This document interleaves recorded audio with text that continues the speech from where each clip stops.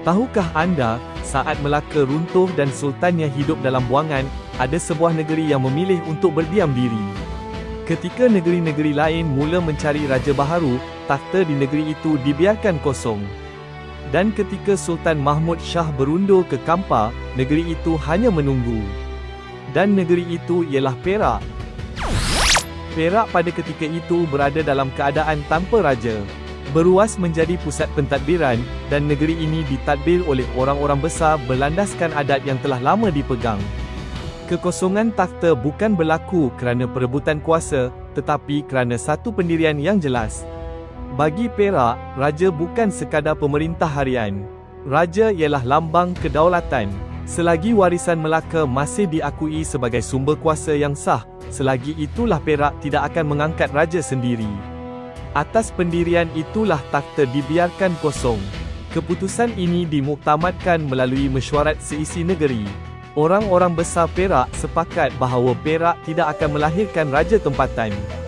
Sebaliknya, seorang raja daripada warisan Melaka akan dipohon untuk memerintah negeri ini, agar asas kedaulatan bermula dengan legitimasi yang diakui. Maka Tun Saban bersama Nakhoda Kasim diutuskan ke Kampar. Utusan itu membawa permohonan rasmi orang-orang besar Perak untuk mendapatkan seorang raja daripada warisan Melaka, sebagai keputusan muktamad yang telah dipersetujui di Perak. Bermula dari Perak, Tun Saban dan Nakhoda Kasim berlayar membawa amanah negeri. Setelah melalui pelayaran itu, mereka menghampiri Kampar. Sesampainya di pelabuhan, mereka menjejak darat. Seterusnya, langkah mereka menuju ke istana Sultan Mahmud Shah. Di hadapan baginda, permohonan Perak dipersembahkan dengan penuh tertib dan adat, untuk dipertimbangkan sebagai kesinambungan warisan Kesultanan Melaka. Apabila perkenan akhirnya diberikan, Sultan Mahmud Shah memilih seorang putera baginda sendiri, Raja Muzaffar. Inilah putera beta, Raja Muzaffar. Beta perkenankan baginda memikul amanah warisan Melaka. Bersama kurnia itu, alat-alat kebesaran diraja diserahkan mengikut adat Kesultanan Melayu.